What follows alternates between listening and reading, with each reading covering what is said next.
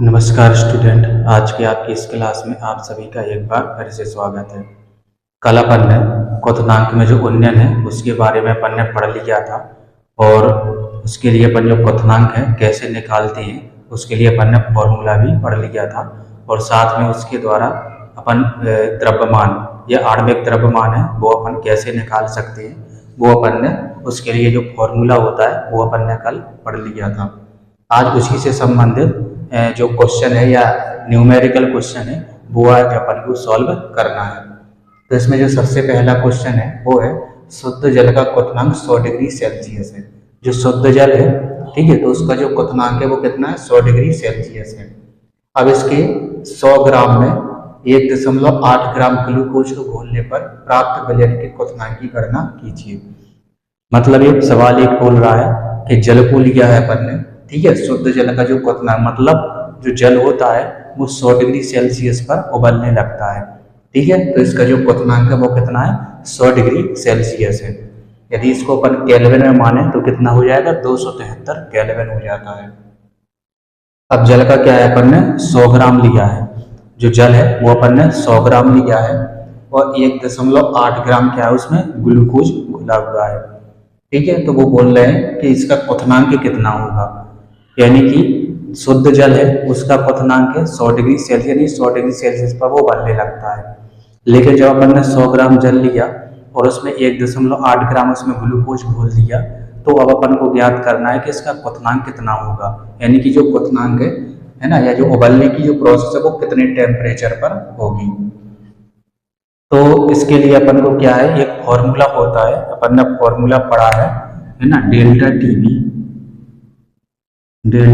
TV बराबर KVM। ये वाला अपन ने फॉर्मूला पढ़ा हुआ है ना, कल अपन ने इस फॉर्मूले के बारे में पढ़ा था।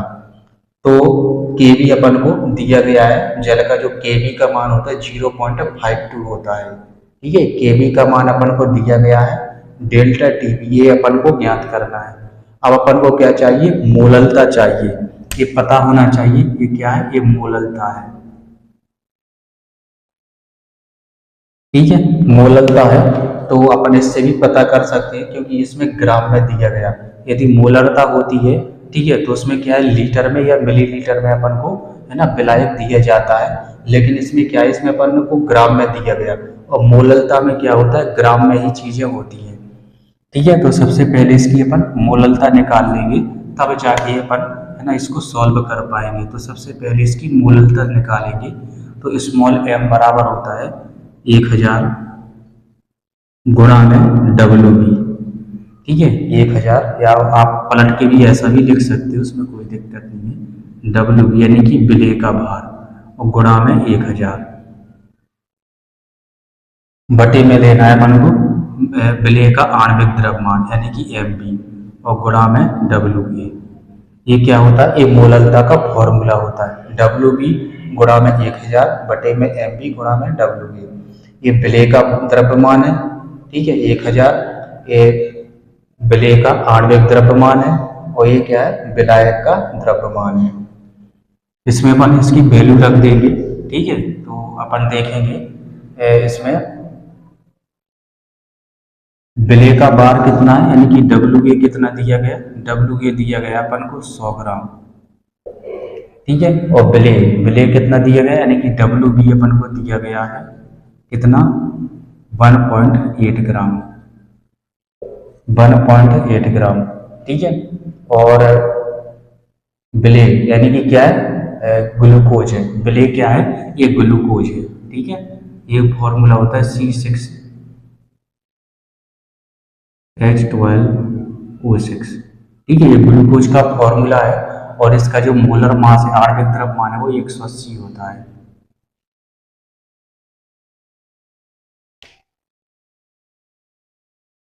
इसका जो आणविक द्रव्यमान है वो कितना होता है, वो होता है 180, ठीक है।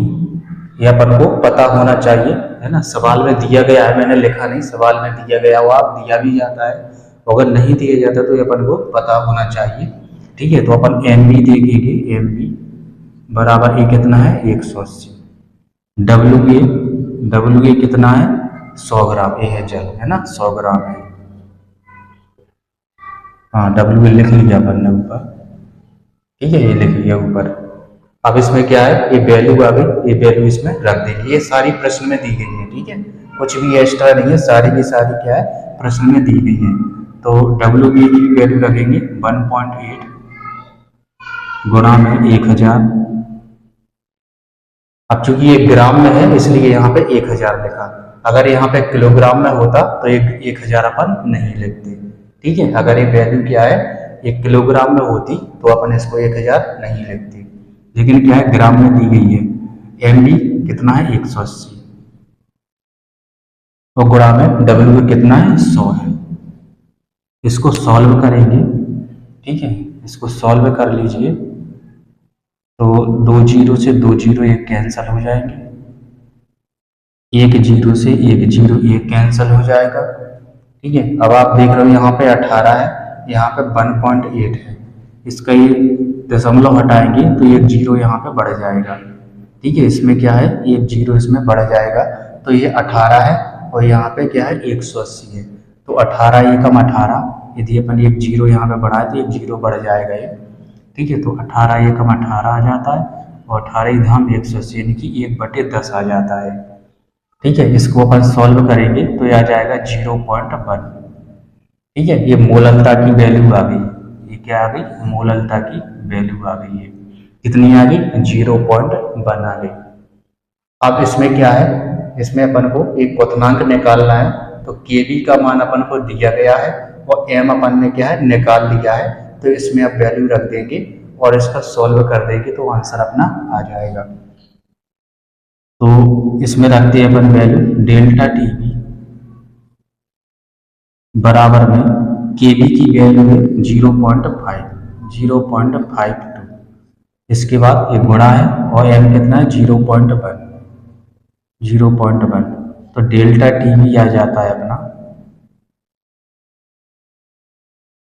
डेल्टा टीबी आ जाएगा, इसका अपन मल्टीप्लाई कर देंगे, ठीक है। सॉल्व करेंगे तो यह आ जाएगा 0.052, ये आ जाएगा 0.052।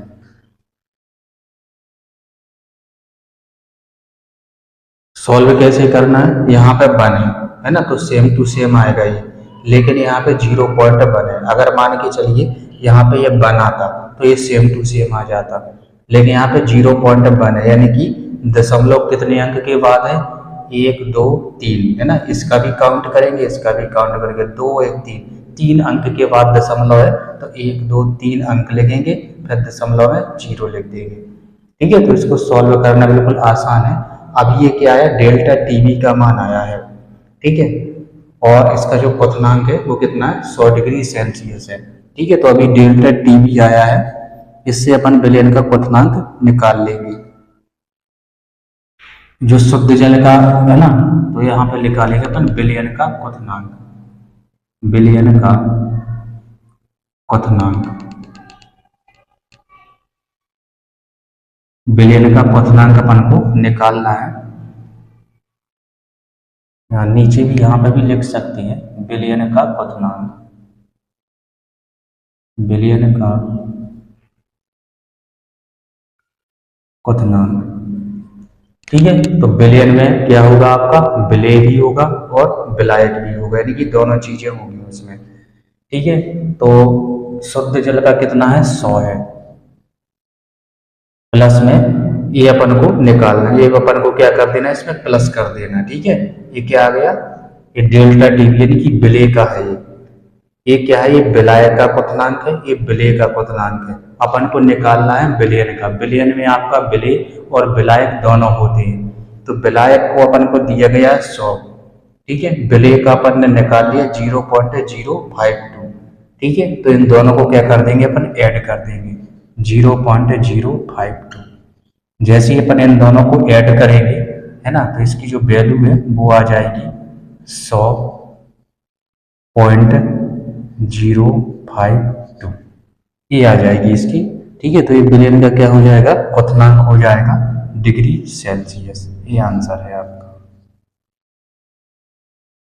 ठीक है। तो आई होप ये अपन ने ऐड क्यों किया ये आपको समझ में आ गया होगा, क्योंकि ये विलयन है, ठीक है, और विलयन में आपका विलेय और विलायक दोनों होते हैं।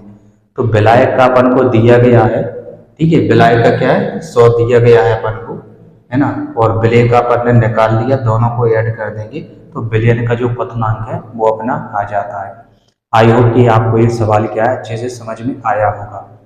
अब इसी में अपन ने एक फॉर्मूला पढ़ा था जिसमें अपन क्या है आणविक द्रव्यमान निकालते विलेय का, ठीक है। तो अब एक सवाल उससे संबंधित अपन ये ले रहे, ये अपना दूसरा सवाल है, ठीक है। तो इसमें अपन को क्या है आणविक द्रव्यमान निकालना है, ठीक है। जो विलेय है यानी कि यूरिया है उसका अपन को इसमें आणविक द्रव्यमान निकालना है। वैसे यूरिया का आपको आणविक द्रव्यमान पता होगा, ठीक है। यूरिया का जो आणविक द्रव्यमान है वो कितना होता है 60 होता है, ठीक है। तो ये अपन को पता होना चाहिए, जो अपना आंसर है वो इसी के समथिंग आएगा। थोड़ा बहुत 2-4 पॉइंट यहाँ वहाँ हो जाएगा, लेकिन यूरिया का जो आणविक द्रव्यमान है वो 60 होता है, ठीक है। तो इसका जो आंसर है वो 60 के समथिंग आने वाला है। तो 12.5 ग्राम अपन ने यूरिया लिया है, ठीक है। ये क्या है ये विलेय है, ठीक है। ये क्या है ये विलेय है, यानी कि ये क्या है ये है आपका WB, ठीक है। ये क्या है आपका ये WB है, 170 ग्राम जल में, यानी कि ये विलायक है, ठीक है। तो ये है आपका क्या WA, ये क्या है आपका ये WA है, ठीक है। तो सवाल में ही मैं आपको इसलिए बताते जा रहा हूँ ताकि आपको ये चीजें बहुत अच्छे से समझ में आ जाएं, ठीक है। तो 12.5 ग्राम यूरिया यानी कि विलेय है तो इसको WB बोलेंगे, और 170 ग्राम जल में क्या है विलेय है, घुला हुआ है, तो इसको अपन WA बोलेंगे। ये आपका विलायक है। विलयन में क्वथनांक में उन्नयन, यानी कि जो क्वथनांक है उसमें उन्नयन कितना है 0.63, यानी कि इसका जो मान है इसको अपन बोलते हैं डेल्टा TB, ठीक है। इसको क्या बोलते हैं अपन, इसको बोलते हैं अपन डेल्टा TB। ये जो वैल्यू है ये क्या है ये डेल्टा TB की है, डेल्टा TB। क्वथनांक में उन्नयन क्या है डेल्टा TB है। ये कल अपन परिभाषा में देख चुके हैं कि इसको अपन क्वथनांक में उन्नयन को डेल्टा TB से प्रदर्शित करते हैं। तो इसकी जो वैल्यू दी गई है वो है 0.63 केल्विन। जल के लिए Kb का मान, ये अब अपन को पता हो जाना चाहिए कि Kb का मान कितना होता है जल के लिए, तो ये होता है 0.52 केल्विन किलोग्राम मोल इनवर्स। वैसे तो ये आपको सवाल में दिया जाएगा, यदि नहीं दिया जाता तो ये आपको याद हो जाना चाहिए, क्योंकि हो सकता है कभी कभी वो आपको Kb का मान ना दे, है ना। तो ये अपन को पता होना चाहिए Kb का मान कितना होता है।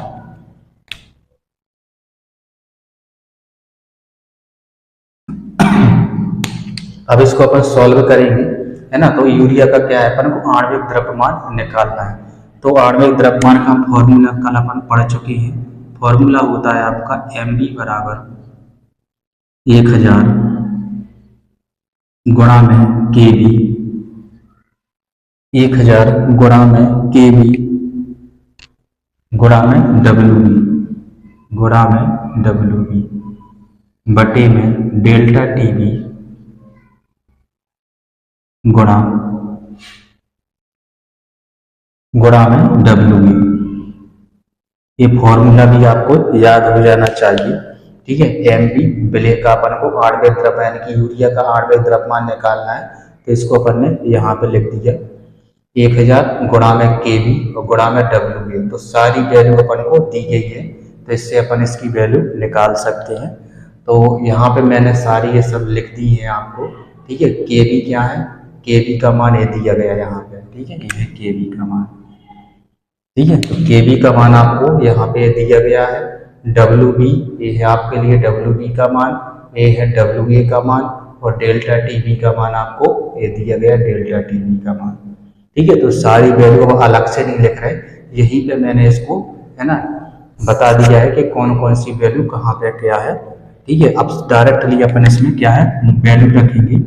तो ये 1000 जो कहते हैं लिखना है अपन को, गुणा में Kb की वैल्यू कहाँ पे है अपनी, ये है 0.52 गुणा में W की वैल्यू है 12.5 बटे में डेल्टा TB की वैल्यू कितनी है अपनी, है ना 0.63 और गुणा में WA की वैल्यू है 170, ठीक है। कैलकुलेटेड है, अब इसको आपको सॉल्व करना ही पड़ेगा, ठीक है, सॉल्व करेंगे तब जाके आपका आंसर आएगा। ठीक है, तो थोड़ा कैलकुलेटेड है ना, तो आपको इसको करना सीखना पड़ेगा। पहले इसके है ना दशमलव हटा लेते हैं, जितने भी दशमलव हैं तो इन दशमलव को अपन हटा लेते हैं।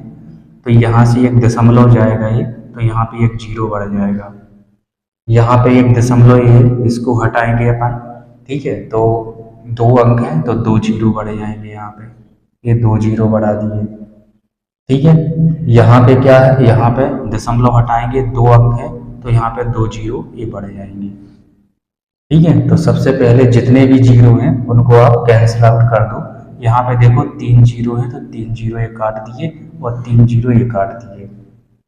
ठीक है, अब इसके बाद क्या है, एक जीरो है तो ये एक जीरो ये काट दिया, एक जीरो ये काट दिया। ठीक है, अब इसको अपन को है ना गुणा करना पड़ेगा, और यदि कटता है तो आप इसको काट भी सकते हैं। ठीक है,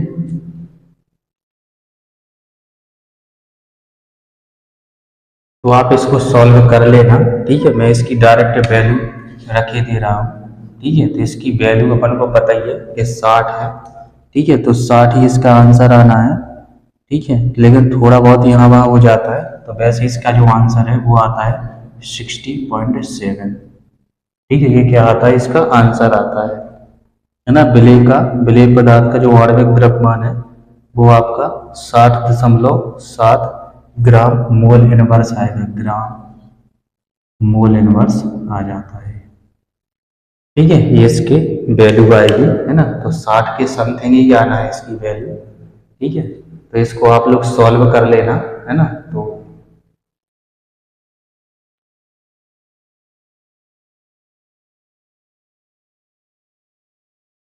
आई होप कि आपको ये सवाल क्या है ये समझ में आया होगा। ठीक है, तो इस तरीके से अपन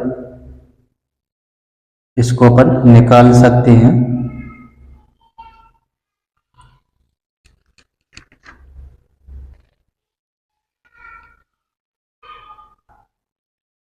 इस तरीके से अपन ने है ना आणविक द्रव्यमान निकालना देखा कि कैसे अपन आणविक द्रव्यमान निकाल सकते हैं। इसके अलावा विलेय का जो क्वथनांक है वो अपन कैसे निकाल सकते हैं, विलयन का क्वथनांक कैसे निकाल सकते हैं वो भी अपन ने देखा।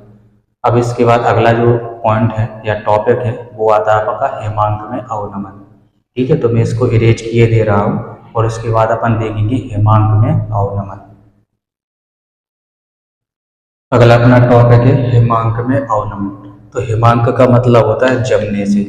ठीक है, हेमांक का मतलब क्या है, जमने से होता है, जमने से।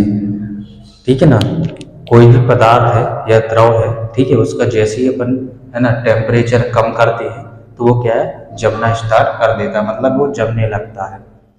लेकिन क्या होता है, कोई विलेय कोई अवाष्पशील कोई पदार्थ उसमें यदि अपन मिला दें, ठीक है, तो जो हिमांक में अवनमन हो जाता है, मतलब कि उसका जो हिमांक है वो क्या हो जाता है, नीचे गिर जाता है।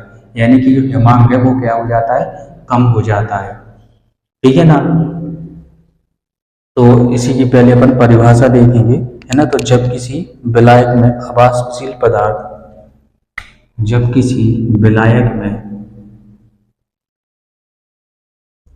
जब किसी विलायक में अवाष्पशील पदार्थ, अवाष्पशील पदार्थ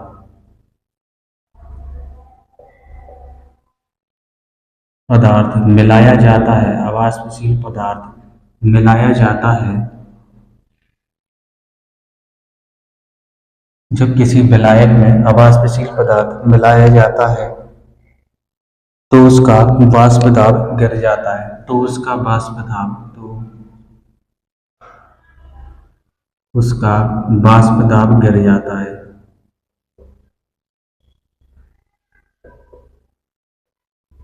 गिर जाता है मतलब कम हो जाता है, जो वाष्प दाब है उसका वो क्या हो जाता है, कम हो जाता है। और विलयन का हिमांक शुद्ध विलायक की, और विलयन का हिमांक, और विलयन का हिमांक, विलयन का हिमांक शुद्ध विलायक विलयन का हिमांक शुद्ध विलायक के हिमांक की अपेक्षा शुद्ध विलायक के हिमांक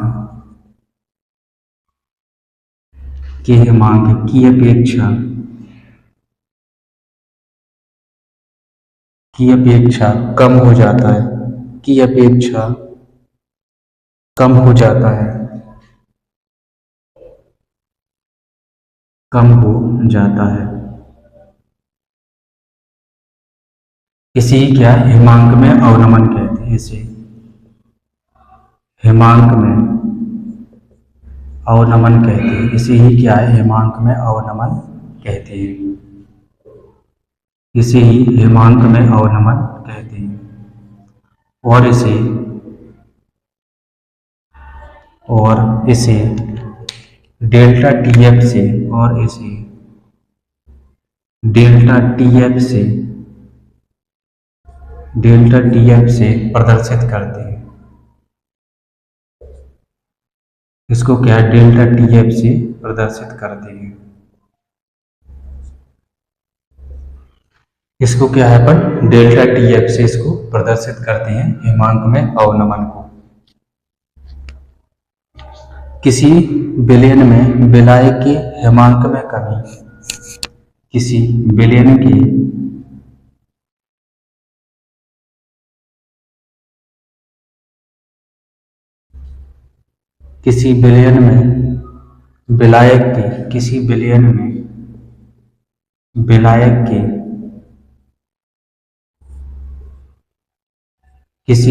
में विलायक के हिमांक में कमी उसमें घुले हुए विलायक के हिमांक में कमी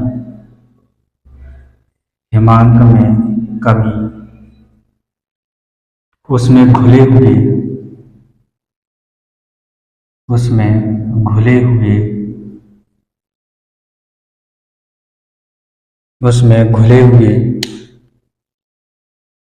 विलय के मोलर सांद्रण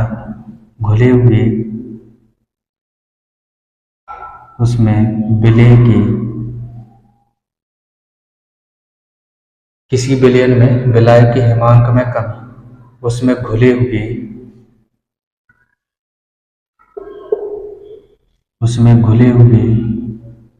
उसके विलय के मोलर सांद्रण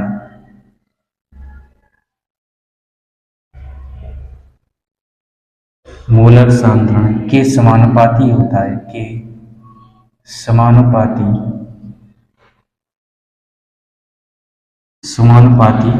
है।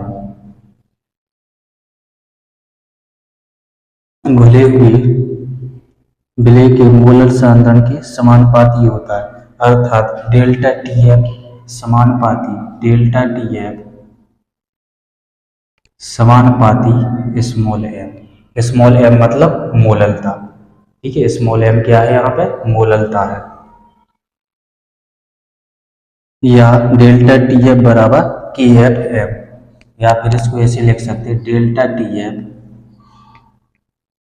बराबर के एफ एम डेल्टा टीएफ बराबर के एफ एम।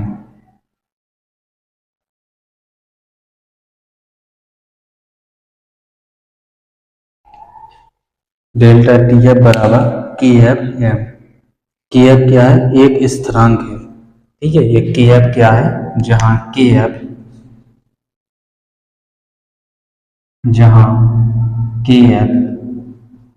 एक स्थिरांक यानी कि एक कांस्टेंट है एक स्थिरांक है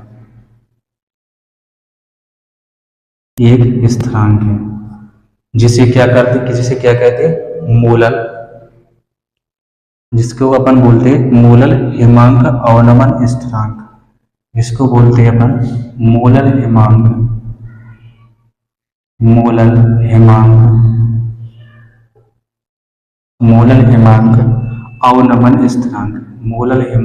अवनमन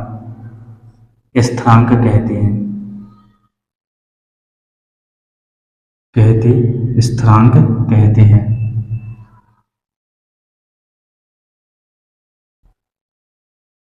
जहाँ kf क्या है, ठीक है, kf क्या है, एक स्थिरांक है जिसे मोलल हिमांक अवनमन स्थिरांक कहते हैं। इसके अलावा इसका दूसरा एक और नाम भी होता है, जिसको अपन बोलते हैं मोलल क्रायोस्कोपिक स्थिरांक।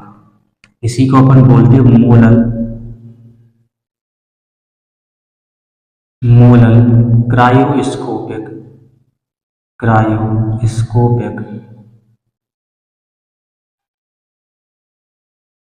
मोलल क्रायोस्कोपिक स्थिरांक।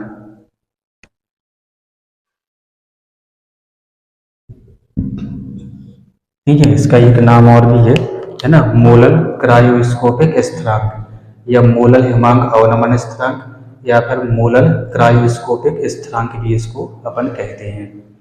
ठीक है, तो ये अपन को फॉर्मूला ही याद रखना है अपन को।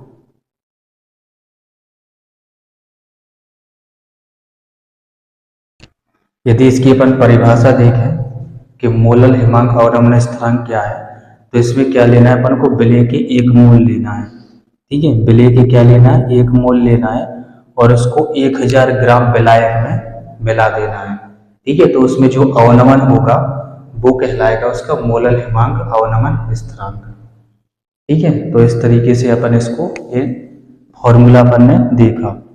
अब इससे आणविक द्रव्यमान अपन को निकालना है, तो ठीक वैसे ही फॉर्मूला है। ठीक है, जैसे भी अपन ने क्वथनांक के उन्नयन में देखा था, वैसे ही फॉर्मूला इसका यहाँ पे भी है ना बनकर के सामने आता है। तो उस फॉर्मूले के बारे में भी अपन देख लेते हैं। ठीक है, तो यदि अपन को आणविक द्रव्यमान निकालना है ना, तो उसका फॉर्मूला भी देख लेते हैं। ये हो जाएगा आपका स्मॉल, ये हो जाएगा mv बराबर 1000 गुणा में 1000 गुणा kf गुणा wb, kf गुणा wb बटे में डेल्टा tf गुणा में wb। ठीक है, ये इसका फॉर्मूला होता है, पूरा सेम है, केवल उसमें डेल्टा टीबी था, इसमें डेल्टा टीएफ हो गया। उसमें क्या है केवी था, तो इसमें क्या है केएफ हो गया। ठीक है, बाकी सेम फॉर्मूला है पूरा। ठीक है, तो इसकी जो न्यूमेरिकल है वो अपन अगली क्लास में करेंगे। ठीक है, इससे संबंधित कुछ न्यूमेरिकल भी है ना, तो उसको अपन अगली क्लास में करेंगे। तो आई होप ये आपको अच्छे से समझ में आया होगा। ठीक है, तो ये दोनों सेम है। हिमांक में अवनमन थोड़ा पहला वाला थोड़ा अलग है। ठीक है, और जो दूसरा और तीसरा वो लगभग दोनों सेम है। ठीक है, केवल उसमें इतना अंतर है कि इसमें के बी आ जाता है, इसमें के एफ आ रहा है। उसमें डेल्टा टी बी आया था, इसमें डेल्टा टी एफ आ गया है। ठीक है, बाकी ये फॉर्मूला केवल एफ और बी का अंतर है। ठीक है, एफ का मतलब फ्रीजिंग पॉइंट और बी का मतलब वहां पे बॉइलिंग पॉइंट।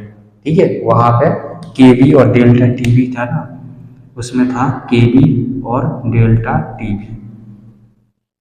ठीक है, तो इस बी का मतलब होता है बॉइलिंग पॉइंट और यहाँ पे एफ का मतलब होता है फ्रीजिंग पॉइंट। ठीक है, तो ये आपको क्लियर हो गया होगा। अब इसके जो न्यूमेरिकल है ना, इससे संबंधित कुछ न्यूमेरिकल है वो अपन अगली क्लास में करेंगे। ठीक है, और न्यूमेरिकल करने के बाद फिर अपन देखेंगे परासरण दाब, है ना, तो परासरण के बारे में भी पढ़ेंगे अपन और इसके बाद परासरण दाब के बारे में भी पढ़ेंगे। ठीक है, तो उसमें चीज़ें थोड़ी अलग हो जाती हैं और बर्कले हार्टले विधि भी है भी इसमें। ठीक है, परासरण दाब मापने की जो बर्कले हार्टले विधि है वो भी अपन पढ़ेंगे। ठीक है, तो आज की क्लास अपनी यहीं पे समाप्त करते हैं और अगली क्लास में अपन फिर से मिलते हैं। तो आज के लिए इतना ही, नमस्कार।